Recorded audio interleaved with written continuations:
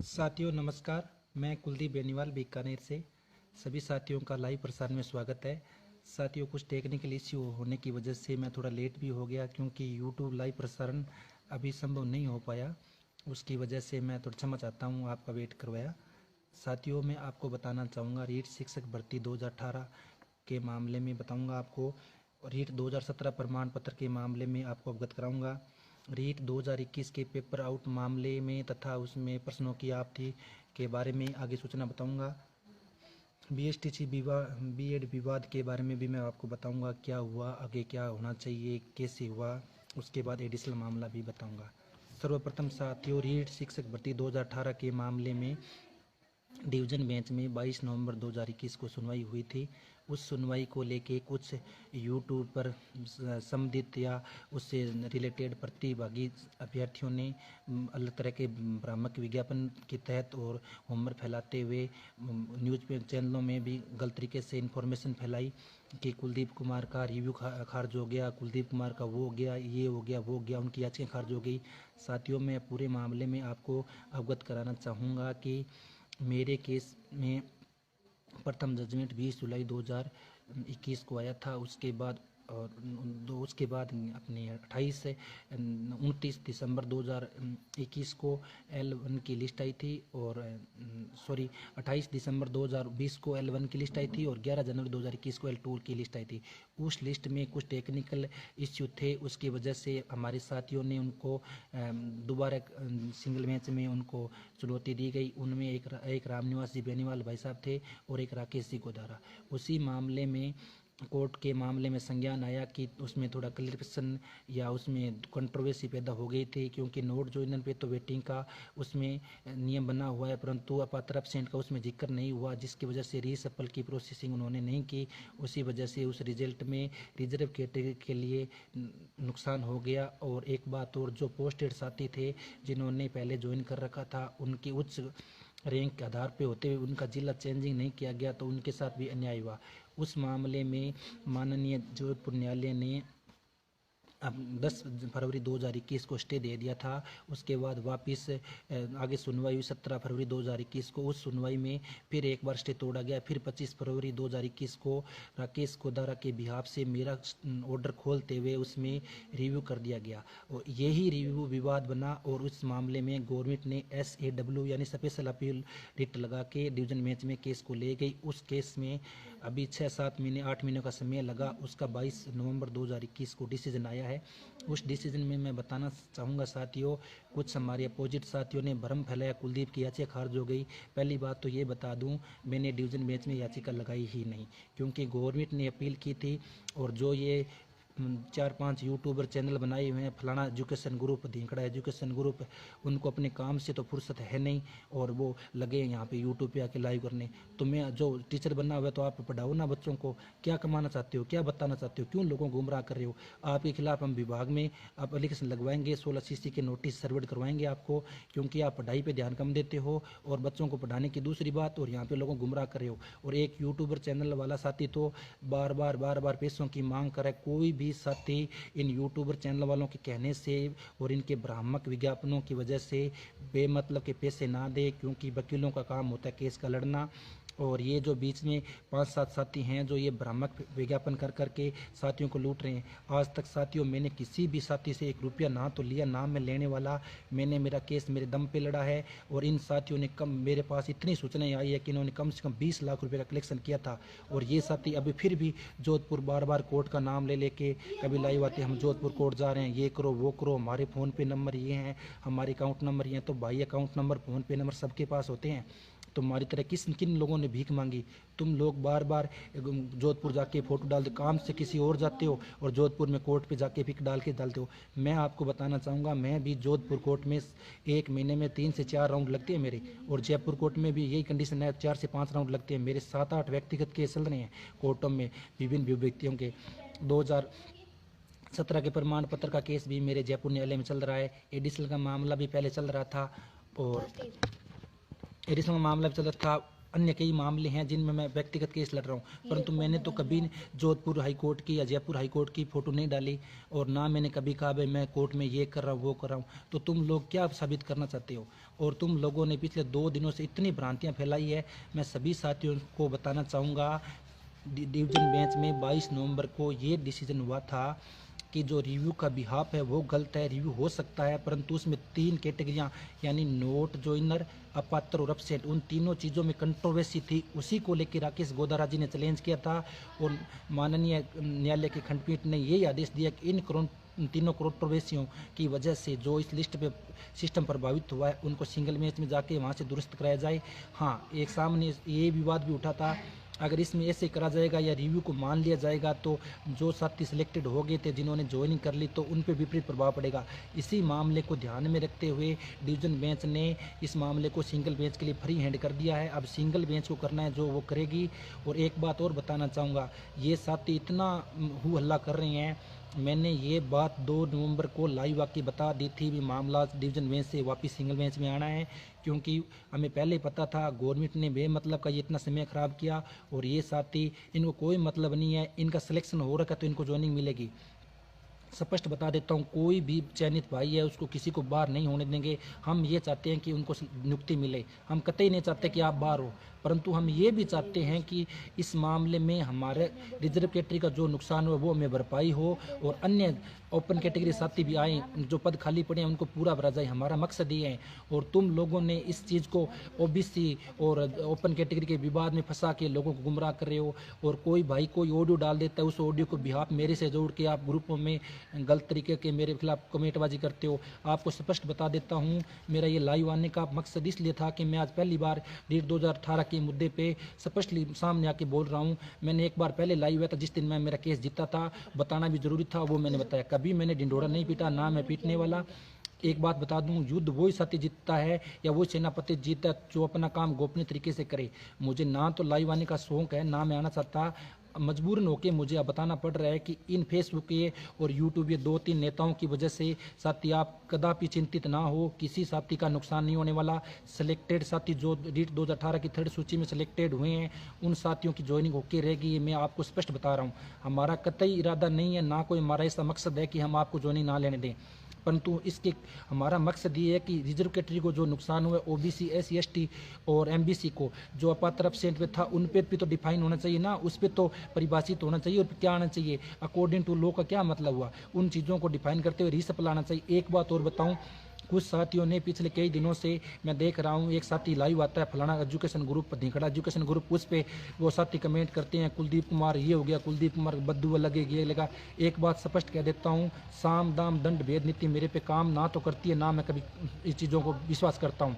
एक बात रही दुआ बद्दुआ का, मेरे पे कोई प्रभाव नहीं है, स्पष्ट बता देता हूँ। 54,000 की भर्ती है, इसमें 50,000 बंदों ने ज्वाइनिंग ली है, वो सारे रीसफल चाहते हैं, तो उनकी 50,000 बंदों की दुआ आपकी 4,000 बद्दुआ के आगे कोई काम नहीं करेगी। तो इस तरह की आप अपवादित भाषा का या अमर्यादित भाषा का प्रयोग ना करें।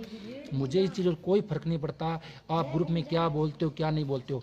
एक बात स्पष्ट लिए, आइंदा किसी साथी ने मेरे नाम लेके मेरे बारे में गलत तरह के कमेंट किए, वो कमेंट अगर मेरे पास आ गए, उस साथी के खिलाफ मैं FIR दर्ज कराऊंगा और IT एक्ट 2014 की धारा 53B और 16B के तहत मैं आपके खिलाफ कानूनी कार्रवाई करूंगा।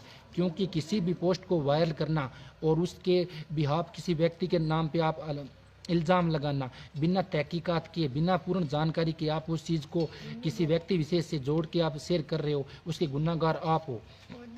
और अब ऐसे ऑडियो कोई भी डाल सकता है, उस ऑडियो को बिहाफ आप कुलदीप बेनीवाल से क्यों जोड़ते हो? कुलदीप बेनीवाल ने ऐसा क्या गुनाह किया है और इतना आपको कुलदीप बेनीवाल से क्या डर लगता है? मैंने कौन सा, मैं कोई तोप हूँ जो आपको मैं उड़ा दूंगा? ऐसा क्या है? या तो आपने अनलीगल तरीके से लिस्ट आई है तो तब आपको डर लग रहा है भैया वो लीगल करवा लेगा, और ये स्पष्ट लिया हम लीगल तौर से काम कर रहे हैं, लीगल तौर से करेंगे।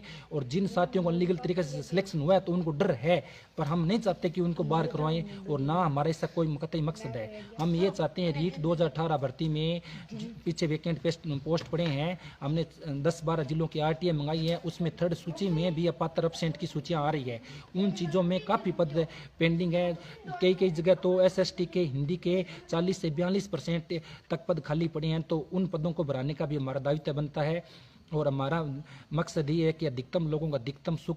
अगर हमारे 1000 साथी और लगे तो सिलेक्टेड भाइयों को क्या परेशानी है, और आपको ज्वाइनिंग अगर 10 दिन बाद हो जाएगी तो क्या परेशानी है, महीना बाद हो जाए क्या परेशानी है। आप ये सोचो, आपकी वजह से इस मामले में अगर 1000 साथियों को फायदा हो रहा है तो वो बड़ी बात है ना। आपको 10 दिनों से क्या फर्क पड़ेगा, और क्यों है आप ऐसा माहौल खराब कर रहे हो। स्पष्टली 3-4 नेताएं हैं जो लाइव आके विवाद करती हैं, ओबीसी ये, ओपन कैटेगरी ये, फलाना ढींगड़ा। तो उन यूट्यूबर साथियों को मैं कहना चाहूँगा, साथियों आप इस तरह का अनलीगल व्यवहार ना करें, और किसी व्यक्ति विशेष को आप व्यक्ति विशेष पर आप आरोप प्रत्यारोप ना करें। हमारा कतई मकसद नहीं है कि सिलेक्टेड भाइयों को हम नियुक्ति ना लेने दें। हमारा एक ही मकसद है, रीट शिक्षक 2018 भर्ती में अपात्र और नोट चुन तीनों कैटेगरीज, यानी तीनों जो कंट्रोवर्सी जो सिस्टम में पैदा हुई थी इस ऑर्डर में, उन्हीं को हम सोल्व आउट कराएंगे। और रीसफल होगा तो 100% होगा। आपके कहने से आप कुछ नहीं करने वाले। जो रूल है वो सबके लिए है, जो रूल है उसके लिए न्यायालय बना है, रूल मनवाने के लिए। और अगर रूल नहीं फॉलो करते हैं तो न्यायालय में जाओ। अगर हम गलत करवा रहे हैं तो आप जाओ न्यायालय में, कौन मना करा है, न्यायालय सबके लिए खुला है। एक साथी ने यह भी उम्र फैलाया था कि रिव्यू नहीं होता, कलिप्शन नहीं होता और 3 महीने के बाद ये होता है। तो साथियों, आप अगर इतने ज्ञानी होते तो रीट 2018 शिक्षक भर्ती में सबसे पहले केस मुझे क्यों लगाना पड़ता। कुलदीप बेनीवाल को क्या जरूरत थी कोर्ट में जाने की। इतने आप बड़े वैज्ञानिक थे या एडवोकेट थे या सुप्रीम कोर्ट के माने हुए अधिवक्ता या महाधिवक्ता थे आप, तो आप पहले क्यों नहीं लगा लेते। आपको इतना पता था तो आप सारे उसमें पॉइंट इंटर करवा के आपको जैसा चाहते वैसे लिस्ट निकलवाते ना। आपको किसने मना किया।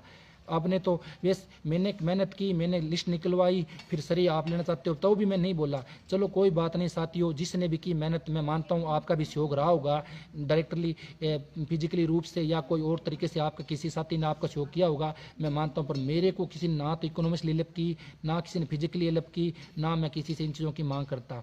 भगवान की दया से मैं सक्षम हूँ। आज तक मैंने 2 बेंचों में लड़ लिया केस, पैसे लगा रहा हूँ, कोई दिक्कत नहीं है। और मैं ये स्पष्टली कहता हूँ, हम न्याय लेके रहेंगे। अब साथियों, मैं आपको आगे की बात बताना चाहूँगा रीट शिक्षक भर्ती 2018 में, क्योंकि इन जो यूट्यूबर पे ये 2-3 साथी है ना, इन्होंने उम्र फैलाए। अब साथियों, मैं आपको अवगत कराना चाहूँगा, मेरी टीम में 2 साथी हैं जिनको मैं लीडर मानता हूं। एक भवानी जी ओला जी हैं सीकर से, और एक मनीष जी सैनी जी टोंक से। इन 2 साथियों ने पिछले 10-12 महीनों से ये साथी काम देख रहे हैं, और इन साथियों से साथी आप जुड़ो। और एक बात बताना चाहूँगा, रिजर्व कैटेगरी के साथी आप पिटिशनर जरूर बने, क्योंकि इस सिचुएशन में कोर्ट में संभावनाओं का दरियागाह बना हुआ है। हो सकता है शेडो पोस्ट की बात आए, गवर्नमेंट उस चीज़ को ना माने तो याचिकाकर्ताओं का फायदा मिलना संभावित है, और इस चीज़ का याचिकाकर्ताओं लाभ मिल सकता है। इसलिए साथियों, मैं आपसे निवेदन करूंगा, आप भवानी जी ओला जी के से संपर्क करें। उनके मैं नंबर आपको बता देता हूं, 9571293893। भवानी जी ओला सीकर। एक बार नंबर दोबारा कन्फर्म करा रहा हूँ, 9571293893। और दूसरे साथी लेवल 2 के मनीष जी सैनी हैं जो टोंक से हैं, उनके आपको नंबर कन्फर्म करा रहा हूँ, 8824315821। एक बार दोबारा बता रहा हूँ, 8824315821। ये मनीष जी हैं। रिजर्व कैटेगरी के ओबीसी, एससी, एसटी, एमबीसी, उन साथियों को मैं निवेदन करना चाहूँगा, आप 2 दिन के अंदर अंदर याचिकाकर्ता जरूर बने, क्योंकि इस मामले में इतना पेचीदा मामला बन चुका है कि हो सकता है अगर मान लो गवर्नमेंट का दबाव रहे और कोई लीगल अनलीगल तरीके से फॉल्ट आए तो याचिकाकर्ताओं को फायदा मिलना निश्चित है। आप याचिकाकर्ता जरूर बने, मैं तो आपसे निवेदन करता हूँ। बाकी आप अपने वे का इस्तेमाल कीजिएगा। और रीसफल का हमारा प्रयास है, चाहे किसी भी हद तक जाना पड़े, किसी भी स्तर पे जाना पड़े, हमें single bench, division bench, supreme court, कोई भी फर्क नहीं पड़ेगा। जहाँ हमारे साथ अन्याय होगा हम वहाँ मिलेंगे आपको और न्याय करवा के रहेंगे। हमारा एक बार पुनः बता दूं, हमारा ये कतई मकसद नहीं है कि हम सिलेक्टेड साथियों की ज्वाइनिंग ना लेने दें। हमारा मकसद ये है कि उनकी भी ज्वाइनिंग हो, परंतु जो अपात्र एब्सेंट अनलीगल तरीके से हुआ उसकी भरपाई हो, और जो पीछे वैकेंट पोस्टें पड़ी है उन पे भी पद भरे जाएं। इसलिए हम इस तरह का प्रयास कर रहे हैं। और ये साथियों, निश्चित है कि रीसफल होगा, उसमें कोई दोहरा नहीं है। अगर 1% लीगल अनलीगल का कोई इश्यू रहा और अगर जल्दबाजी हुई तो नहीं भी होता है तो याचिकाकर्ताओं को फायदा मिलना डेफिनेटली श्योर है। तो साथी आप इस चीज़ का ध्यान दें। अब मैं आपको आगे बताना चाहूँगा रीट 2017 प्रमाण पत्र की वैधता बढ़ाने के मामले में। साथियों, रीट शिक्षक 2017 प्रमाण पत्र की वैधता के मामले में हमने 8 से 10 केस माननीय जयपुर न्यायालय में लगा रखे थे। उस केसों की आज सुनवाई थी। नोटिस वगैरह सारे सर्वर्ड हो गए थे। हमें आज फुल उम्मीद थी कि आज हम इस चीज़ में भी ऑर्डर होगा। केस नंबर सीरियल से 60 number, 62 number, 63 number, 64 number, 65 number within case थे, 6-7 केस लगे हुए थे आज। परंतु उसकी आज सुनवाई हुई और एक वकील की तरफ से डेट ली गई है। अब कोर्ट ने स्पष्ट कह दिया है कि नेक्स्ट डेट 6 दिसंबर 2021 रहेगी, ये अंतिम डेट होगी। उसके बाद कोई डेट नहीं मिले तो साथियों 6 दिसंबर 2021 को रीट शिक्षक अपने रीट प्रमाण पत्र 2017 की वैधता बढ़ने के फुल आसार हैं और 6 दिसंबर 2021 लास्ट डेट रहेगी।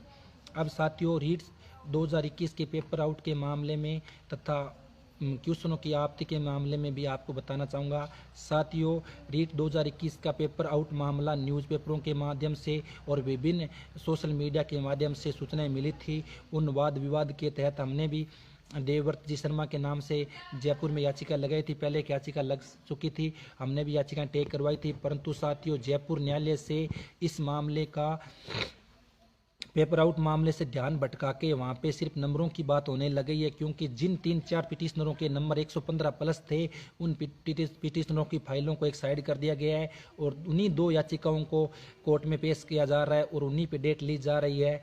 सामने वाले अपोजिट और पक्ष व विपक्ष दोनों पार्टियों ने एक साथी का नंबर तो 90 से कम है और दूसरे का 70 से कम है, तो वो दोनों लेके उस मुद्दे को भटका दिया गया। मांग सीबीआई जांच की थी, मांग पेपर वायरल आउट या जो पेपर आउट की कथित सूचनाएं आ रही थी उस चीज़ की जांच करवाने की थी। परंतु उस चीज़ को मुद्दा भटका के और उस वहाँ पे ये बात कर दी गई है भाई इनका तो नंबर ही कम है, ये भर्ती रुकवाने के लिए आ गए। तो साथियों जयपुर न्यायालय से रीट 2021 पेपर आउट मामले में कुछ आगे या ज़्यादा कुछ उम्मीद करने के लिए मैं बताऊं आपको, ज़्यादा कुछ उम्मीद करने की ज़रूरत नहीं है। वहाँ से मुझे नहीं लगता कि रीट पेपर 2021 में कुछ होगा। साथियों इस मामले में अगर साथियों आप जांच चाहते हो और आप ईमानदारी से काम करना चाहते हो और अंतिम स्टेज तक पहुंचना चाहते हो तो मैं आपको निवेदन करूंगा कि आप माननीय न्यायालय जोधपुर में भी एक याचिका लगाएं, उसमें आप एसओजी को भी पार्टी बनाएं और विभिन्न प्रिंट मीडिया जिन्होंने पेपर के लिए आउट वायरल या जो भी सूचनाएं उन्होंने प्रकाशित की, जैसे राजस्थान पत्रिका, दैनिक भास्कर या अन्य प्रिंट मीडिया थे, ईटीवी न्यूज़, जी राजस्थान न्यूज़, उन न्यूज़ चैनलों को भी आप उसमें पार्टी बनाएं। और अभी तो थोड़े दिन पहले 2-3 दिन पहले एक चार्जशीट भी पेश हुई, उस चार्जशीट का भी विवरण दें। तो आपसे मैं निवेदन करूंगा अगर एक्चुअल में आप जांच करवाना चाहते हो और रियल में आप इसमें अंतिम मुकाम तक पहुंचना चाहते हो तो साथियों आप जोधपुर न्यायालय में एक याचिका अवश्य लगाएं, ये मेरा आपसे निवेदन है। बाकी साथियों जयपुर न्यायालय के मामले मैंने बता दिया, जयपुर न्यायालय में रीट 2021 पेपर मामले का मुद्दा ही चेंजिंग हो चुका है, क्योंकि वहाँ पे मुद्दा क्वेश्चनों का और पेपरों में मार्कों का बन गया है। और अभी जो साथी इस केस में लड़ रहे थे उन साथियों ने अपना ध्यान छोड़ दिया है, इसलिए जयपुर से ज़्यादा उम्मीद ना करें साथियों, क्योंकि आपको मैंने स्पष्टली बता दिया है। अब रही प्रश्नों की आपत्ति और प्रश्नों के आपत्ति मामले में क्या होना चाहिए, क्या होगा, तो साथियों एक बात मैं बताना चाहूँगा, आज लेवल 1 और लेवल 2 के जयपुर न्यायालय में सुनवाइयाँ थी प्रश्नों के आपत्ति मामले में और करीब 7-8 केस लगे थे। रामेश्वरम व अन्य साथियों के नाम से याचिका लगी हुई थी, उस पर सुनवाई होनी थी, परंतु बोर्ड की तरफ से जवाब नहीं आ पाया। उसके लिए अगली सुनवाई उसमें 13 दिसंबर दी गई है। साथियों एक बात बताना चाहूँगा आपको, रीट शिक्षक भर्ती 2018 की भी अगली डेट 17 दिसंबर है सिंगल बेंच में, ये भी ध्यान रखें। और एक साथियों एक बात और बताना चाहूँगा आपको, हमने भी रीट शिक्षक भर्ती 2018 के प्रश्न पे विवाद में याचिका लगाई थी, जिसका केस क्रमांक CW21-500/2018 था, जिसकी अगली सुनवाई 11 जनवरी 2022 को है। यानी 2018 में हमने अक्टूबर में क्वेश्चनों पे आपत्ति लगाई थी, उसका अभी तक डिसीजन नहीं आया है। तो अब इस चीज़ को आप समझ लें, न्यायालय में टाइम लगता है। 2018 के क्वेश्चन पे बोनस या जो भी उसका उत्तर चेंजिंग का जो भी इश्यू है उसकी आगे की सुनवाई 11 जनवरी 2022 है। और मैं आपको केस नंबर एक बार दोबारा बताता हूँ, CW21-500/2018, इसकी आगे की डेट है 11 जनवरी 2022 है। अब साथियों मैं आपको BSTC BEd विवाद में बताऊंगा। BSTC BEd विवाद पिछले काफ़ी दिनों से बहुत सुर्खियों में बना हुआ था। कुछ नेता, उपनेता और कुछ सोशल मीडिया वाले, कुछ मीडिया वाले और कुछ यूट्यूबर साथियों ने इतना हू हल्ला मचा रखा था। अब कल से उनका मामला क्लोज हो चुका है, क्योंकि अब उनके पास कोई मुद्दा नहीं रहा। अब साथियों इस मामले में क्या हुआ वो भी मैं बता दूं। इस मामले में एक शब्द बहुत खतरनाक था, जो कंसीडर यानी कि लेवल 1 में BEd वालों को अलाउ करने के लिए कंसीडर या विचार किया जाएगा। और इसमें एक शर्त और थी, उनको 6 नियुक्ति लेने के बाद उनको 6 माह की ब्रिज कोर्स करवाया जाएगा। सबसे मोस्टली पॉइंट यही था, इसी पॉइंट को कोर्ट ने पकड़ा था, क्योंकि ब्रिज कोर्स नियुक्ति लेने के बाद करवाने का मतलब है बीएड बीएसटीसी दोनों में योग्यता है उसको इक्वल नहीं माना जा सकता, क्योंकि एक पंजाब हाई कोर्ट ने एक पहले आदेश दिया था, उसमें ये कहा गया था जो भी योग्यता अर्जित करनी है वो नियुक्ति से पहले होनी चाहिए। ये बात। दूसरी बात, एनसीटी के नियम को ही बर्खास्त कर दिया गया या खारिज कर दिया गया, ऐसा भी उस ऑर्डर में अभी तक सुनने में आ रहा है। तो जो भी हो, एनसीटी के मामले में अगर एनसीटी चाहे तो सुप्रीम कोर्ट में एसएलपी लगा सकती है, अगर साथी भी चाहे तो आप चैलेंज कर सकते हो सुप्रीम कोर्ट में, परंतु उस मामले में वो आपका विवेक है। और अगर सुप्रीम कोर्ट में चैलेंज होता है तो ये भर्ती थोड़ी लंबी जाएगी, क्योंकि डील होगा, समय उसमें लगेगा।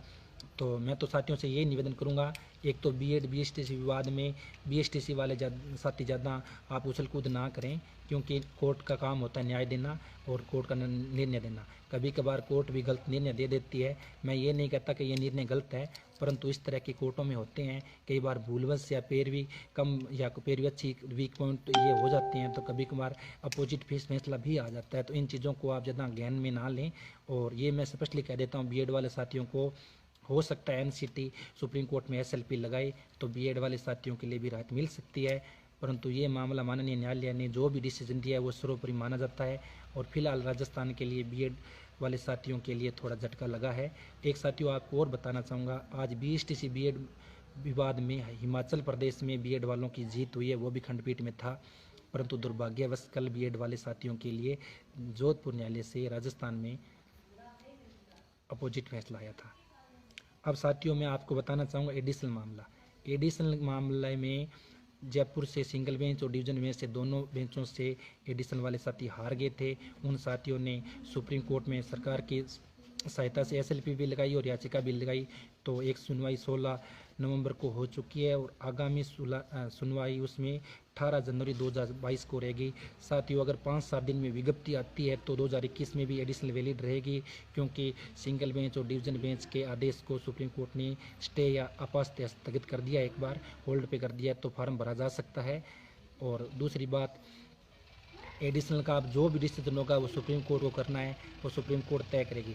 अब साथियों मैं आपको एक बार पुनः कोर्ट की बात बता देता हूँ। माननीय न्यायालय का किसी भी सिंगल बेंच और डिवीजन बेंच और सुप्रीम कोर्ट हमारे लिए जो भी जजमेंट था सम्माननीय है, सामान्य रहेगा। और माननीय न्यायालय का जो भी जजमेंट है वो सर्वोपरि होता है, हम उसको स्वीकार करते हैं। और किसी प्रकार की वाद विवाद के लिए या जो भी आपको गलत लगे अच्छा लगे, आप माननीय न्यायालय के खिलाफ कुछ ना बोलें। और एक बात पुनः कहना चाहूँगा उन यूट्यूबर साथियों को, साथियों आपसे नम्र निवेदन है कि आप इस तरह के उम्र ना फैलाएं। कभी आप कहते हो कुलदीप हारे, कभी वो हार गया, तो साथियों एक स्पष्टली बात बताना चाहूँगा, हार आपकी हुई है। आपने राकेश गोदारा जी को, कुलदीप कुमार को डिवीजन बेंच में चैलेंज आपने किया था, हमने नहीं किया। और आपकी याचिकाएं खारिज हुई, ये बात आपने किसी ने नहीं बताई। मैं बताना चाहूँगा राकेश जी गोदारा डिवीजन बेंच में 10-12 याचिकाएं और टैग थी, वो केस खारिज हुए हैं, तो वो किन के हुए हैं। और साथियों आप लोगों ने गुमराह किया था, भाई कुलदीप कुमार याचिका खारिज हो तो मेरी याचिका खत्म होगी कहाँ से, जब मैंने डिवीजन बेंच में लगाई नहीं। तो इस तरह का उम्र ना फैलाएं, सारे साथी शिक्षित हैं, किसी को गुमराह ना करें।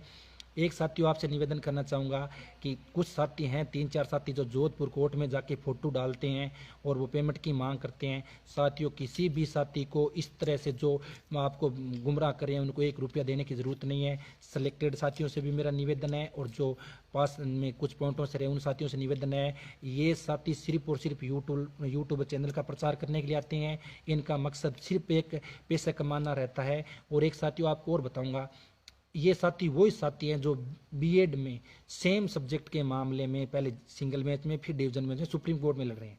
इन साथियों ने इतने पैसे कलेक्शन किया था जिसकी आप तुलना नहीं कर सकते।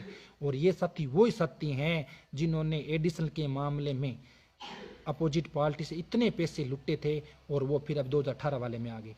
तो इन ठगी गैंग से बच्चे साथियों, ये थैली छाप हैं, झोले छाप साथी हैं, इनको बस आ जाते हैं, उसने ये कर लिया उसने वो कर लिया, साथियों अब आप हमें शो करो, ऐसा कुछ नहीं है। साथियों मैं आपको बताना चाहूँगा, पिछले 3 साल से मैं संघर्ष कर रहा हूँ, मैंने आज तक किसी 1 रुपया नहीं मांगा, तो ये क्यों मांग रहे हैं, इस चीज़ को आप विचार कीजिए। और एक बार पुनः बताना चाहूँगा, जिन साथियों ने मेरा लाइव सुना उनका बहुत बहुत धन्यवाद। रीट शिक्षक भर्ती 2018 में एक बार पुनः निवेदन करना चाहूँगा, जो चयनित साथी हैं किसी भी साथी को घबराने की जरूरत नहीं है। हमारा कतई मकसद नहीं है कि हम आपकी नियुक्ति ना होने दें और ना हमारे पास ऐसा कोई सिस्टम है कि हम आपको रोक सकते हैं, परंतु हमारी मांग ये है कि जो 3 प्रकार की कंट्रोवर्सी है, जो नॉट जॉइनर अपात्र एब्सेंट पे, वो अपात्र एब्सेंट पे रिजर्व कैटेगरी का हक बनता है, वो हक हम लेंगे और उसको छोड़ने वाले हैं नहीं, चाहे हमें किसी भी कोर्ट में जाना पड़े। और एक बार पुनः निवेदन करना चाहूँगा, रिजर्व कैटेगरी के साथी जो नियर अबाउट डबल वर्ल्ड में रहे हुए हैं, जो डबल फिंगर में रहे हुए हैं, वो साथी एक बार याचिकाकर्ता अवश्य बने। और इसी के साथ आप सभी को धन्यवाद, आप सारे साथी लाइव जुड़े, बहुत बहुत धन्यवाद साथियों। एक बार पुनः निवेदन कर लूँ आपसे, इन यूट्यूबर साथियों से जो 2-3 फलाने ग्रुप वाले, फलाने चैनल वाले, उन साथियों थोड़ा बच के रहें। और ये सिर्फ और सिर्फ आपको भ्रामक विज्ञापन देते हैं। साइलेंट मोड पे काम करने वाला साथी हमेशा ही अच्छा रहता है और गोपनीय तरीके से काम करेगा वही साथी जीतता है। और हु हल्ला करने में और लाइव आने में कोई कुछ नहीं है, सब जानते हैं लाइव आना। मेरा लाइव आने का मकसद यही था कि इन पैसे वाली ठेली वाली गैंग